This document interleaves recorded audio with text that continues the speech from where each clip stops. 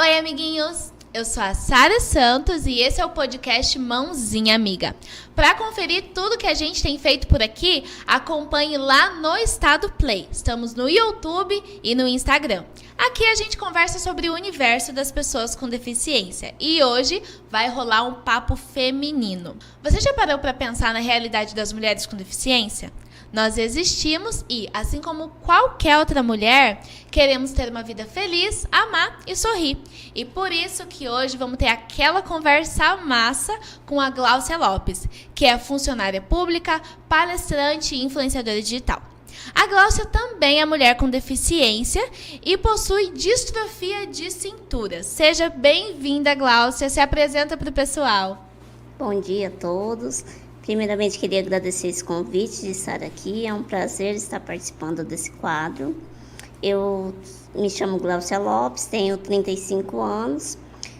Sou influencer na área de acessibilidade, palestrante e funcionária pública. Atuo diretamente militando na causa das pessoas com deficiência. Massa. Para começar, eu queria que você falasse pra gente se você acredita que a mulher com deficiência é excluída de alguma forma na sociedade e de que forma ela é excluída. A mulher com deficiência ela é excluída de várias formas na sociedade, né? Primeiro, pelo fato de ser mulher, a gente já acarreta esse fato de ser excluída, né? Sim. Porque somos menos valorizadas muitas vezes só por ser mulher. E ser mulher com deficiência ainda dificulta ainda mais nosso caso. Por quê? Porque ser uma mulher com deficiência é saber que você vai ter inúmeros obstáculos pela vida.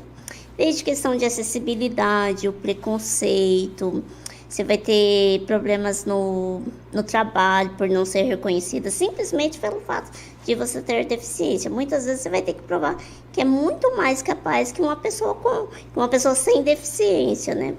Por quê? Porque a deficiência acarreta consigo, é cultural isso, esse laço de que somos incapazes. A deficiência está muito atrelada à palavra incapaz. Sim. Infelizmente, ainda é muita realidade da nossa sociedade. Sim, eu acho que as pessoas acreditam que as maiores dificuldades que a gente enfrenta está sempre relacionada à falta de uma rampa, à falta de um corrimão, à falta de um intérprete, mas é muito além disso, né? Tem os olhares, as falas preconceituosas. A pessoa com deficiência, mesmo no século XXI, ela está num contexto ali de ser invisibilizada pelas outras pessoas ao redor, e isso é muito complicado. E aí, aproveitando que a gente tá nesse papo aberto aqui, feminino, eu vi que você é super vaidosa, veio com um look maravilhoso, gente, estou babando. Eu queria que você falasse um pouco sobre o mercado da beleza e o mercado da moda. Você é influenciadora digital, né? A gente acaba tendo esse contato mais próximo, assim, com marcas, tal, observando o que está acontecendo para fazer um post novo, lançar na frente de todo mundo. Eu queria que você falasse como que você vê, né, essa indústria da beleza e da moda em relação à mulher com deficiência. Você se sente representada? Não. A moda não representa a pessoa com deficiência, né? Por quê? Porque nunca é se pensado uma peça exclusiva para a pessoa. Por exemplo, no meu caso, comprar roupa acaba sendo um desafio. É muito desafiador. Por quê? Porque eu nunca acho no meu tamanho.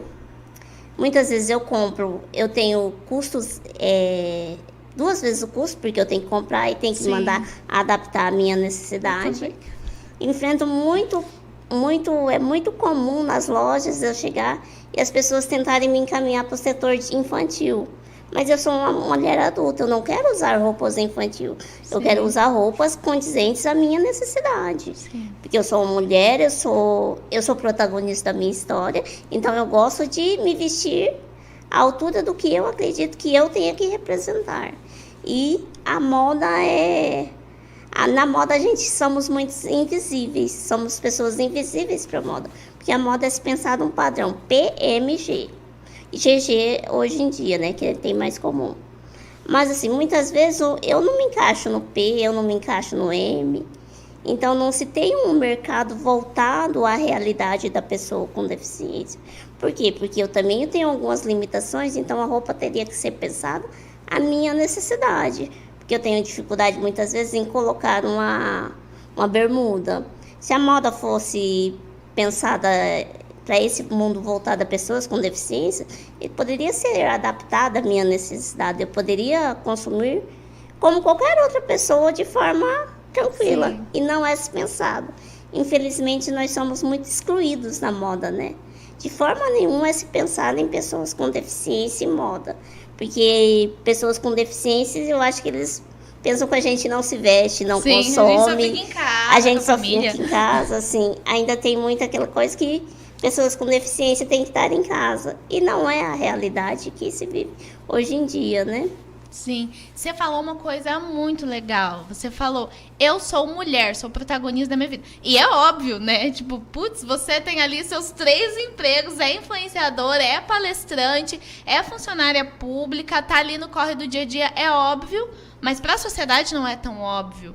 Então, a gente toca numa questão muito delicada, que é a infantilização da pessoa com deficiência, né? Você é uma mulher adulta, você paga suas contas, às vezes você ajuda até em casa as outras pessoas da sua casa, você limpa a casa, você sai, você namora, você faz de tudo, mas para a sociedade ainda vão te ver como ali uma menininha.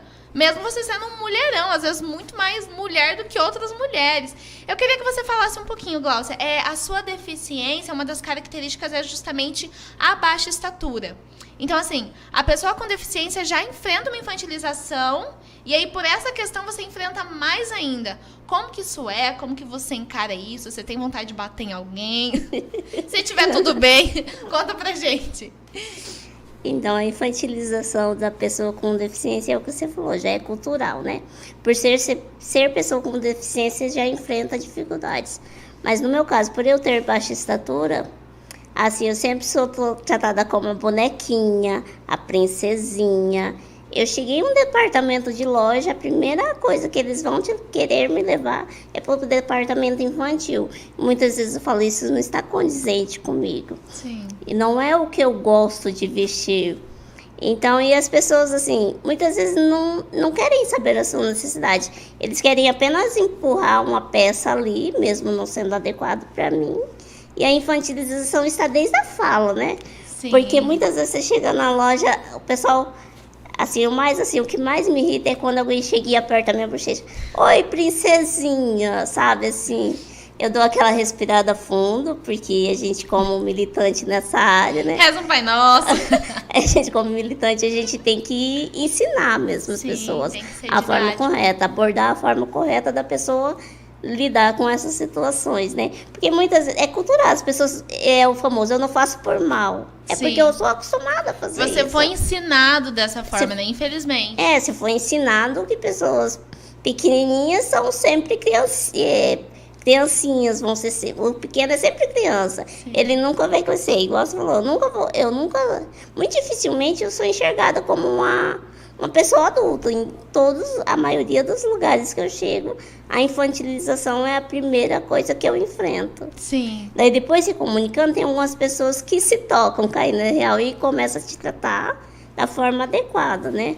Mas, assim, são situações muito desagradáveis que você passa no meu caso, por ter baixa estatura. É sempre a princesinha, a bonequinha, tem sessão infantil ali, assim. Vou te contar até um fato muito curioso. Eu gosto de saber. Que eu enfrentei aqui no comércio aqui de Campo Grande. Eu fui com uma amiga numa loja de crianças, que a gente foi comprar um bebê um presente para um bebê. Que era comprar bebê não pode, Gláucia, é tráfico. Eu tô ligando. Comprar um presente para um bebê, né? Então, chegamos na loja, daí a senhora já começou com aqueles tratos, né? Oi, princesa, não sei o quê. Aqui, eu nem perguntei. Veio fazer comprinha, amor? Veio fazer comprinha, amor. Eu nem perguntei nada, né? Daí nós começamos a olhar uns vestidinhos, né? Porque era para 2 criancinhas. E dela já, antes de perguntar qualquer coisa, ela já me falou: aí tem vestidinhos lindos aqui pra você. Foi lá e pegou aqueles vestidinhos bem bonequinha mesmo. De criança pra igreja no cu de domingo. Aí daí minha colega estava comigo, ela sorriu assim. Eu falei, não, ela não percebeu ainda, vamos continuar, né? E daí, assim, nenhuma daquelas a gente foi levando, eu expliquei pra ela, eu falei, não, senhora, não é pra mim, não é pra mim a roupa, é pra um presente pra uma criança. A senhora não percebeu, eu sou adulta. Então, assim, pra minha triste visão ali, ela falou, eu sei que não é criança, mas os vestidinhos vão ficar lindos em você. Misericórdia. Então, assim, com essa situação, nós acabamos que saímos da loja, porque nós tentamos comunicar a ela que eu não era criança, né? E ela sabia. Ela sabendo, ela estava tendo ciência dessa situação e continuou com a história. Então, muitas vezes se torna até revoltante essas situações. Sim. Porque as pessoas, muitas vezes não fazem por mal, mas algumas vezes fazem realmente. Porque elas sabem que você não é, mas acabam se tratando assim. Para você não brigar, como você disse, eu simplesmente saí da loja, me retirei. Falei, vamos em outro estabelecimento comercial que possa nos atender adequadamente. Sim. E assim, é absurdo, né? Porque você percebe que essas pessoas colocam pessoas com deficiência num lugar diferenciado. Qualquer pessoa adulta não vai usar um vestido rosinha pastel com lacinho, com aquele tutu embaixo. Por que uma pessoa com deficiência tem que usar? Sabe? Se você é adulta, tipo, não sei, assim, como você ainda não perdeu o seu réu primário. Mas a gente tem que realmente tentar explicar. E tem até uma fala que eu gosto muito, que é ser a diferença que você quer ver no mundo. Já que ninguém falou sobre isso pra essa senhora ainda, já que ninguém explicou pra ela que não é porque eu sou uma pessoa com deficiência que eu tenho que ser infantilizada, eu vou explicar, eu vou estar lá pra ser essa diferença. Se ela não quiser entender também, tem aí várias lojas em Campo Grande e alguma, né, vai ter esse atendimento mais humanizado. E aí, assim, sobre ser a diferença que você quer ver no mundo. Você trabalha com influenciamento digital, né? Você tá ali toda blogueirinha nos stories, sempre tentando levar a palavra da inclusão, mas não daquela forma séria, daquela forma sisuda, tratando isso como um assunto pesado, mas justamente trazendo leveza, né, para esse tema. Isso eu acho muito legal, cara. Eu acho muito legal porque tem muitas pessoas que tomam um distanciamento desse assunto justamente porque, mas é tão complicado de entender. Não é complicado de entender, não é difícil. Não é difícil de compreender porque é um assunto muito simples. É só você tratar outra pessoa como um indivíduo comum, assim como você. Mas é preciso falar sobre isso, né? Eu queria que você falasse um pouco sobre o seu trabalho, quando que você começou, o que te inspira a fazer isso, a ser uma influenciadora digital. E elencando também que você é palestrante, né? O que te trouxe isso, a importância de fazer esse trabalho? Então, vou fazer um breve resumo, porque eu iniciei nessa área de inclusão através de um curso que eu fiz. E lá numa matéria de marketing, eles pediram para criar alguma página voltada a algum assunto. Eu falei, por que não falar de inclusão, de acessibilidade? Então, eu criei uma página falando desse assunto. Assim, com poucos meses, a página criou uma repercussão do qual eu não esperava. Queria ganhar, né? Então, dali eu fui convidada a um evento que é o encontro de várias pessoas com deficiência, que lutam pela inclusão, pela acessibilidade. E ali eu me apaixonei. Eu falei assim, é isso que eu quero fazer, é isso que eu quero ser. Eu quero lutar e mostrar, assim, que a inclusão é precisa em tudo. A gente precisa mostrar que nós estamos presentes nas sociedades. E para você incluir, eu acho que a inclusão, assim, você não pode ser aquela coisa a ferro, assim, muito forçada. Eu acho que tudo que é forçado não cabe. Então, eu acho que a inclusão tem que ser leve, assim como a inserção da pessoa com deficiência tem que ser um caminho leve. Então, você pode informar a pessoa de forma simples, porque muitas vezes são atitudes que as pessoas fazem no dia a dia que elas nem imaginam que elas estão sendo capacitistas. Sim, é muito cultural, né? É muito cultural. A nossa cultura é muito ainda dotada de muito capacitismo. É muito enraizado o capacitismo contra a pessoa com deficiência. E são ações simples que as pessoas não imaginam que está sendo capacitista. Falas que muitas vezes você fala assim, fulano, mas assim, essa frase não é adequada porque você acaba estando ofendendo outra pessoa, né? E as pessoas aprendem muito mais, eu acho que se abordar essa inclusão de forma leve. Sim. Eu acredito muito na leveza da inclusão. Porque tudo que é muito forçado, as pessoas acabam se afastando. Sim. E se ela leva essa forma de forma descontraída, essa inclusão, se torna muito mais um ambiente muito mais saudável. Porque assim, é muito gostoso, é muito gratificante quando você ouve uma pessoa: eu tinha tal atitude, porque você falou assim, eu não faço mais, eu mudei. É muito gostoso, né? É muito legal. Eu tinha um colega, assim, ele estacionava em vaga exclusiva, né? Daí eu coloquei ele na realidade. Eu falei: pra você, é apenas 31 metros.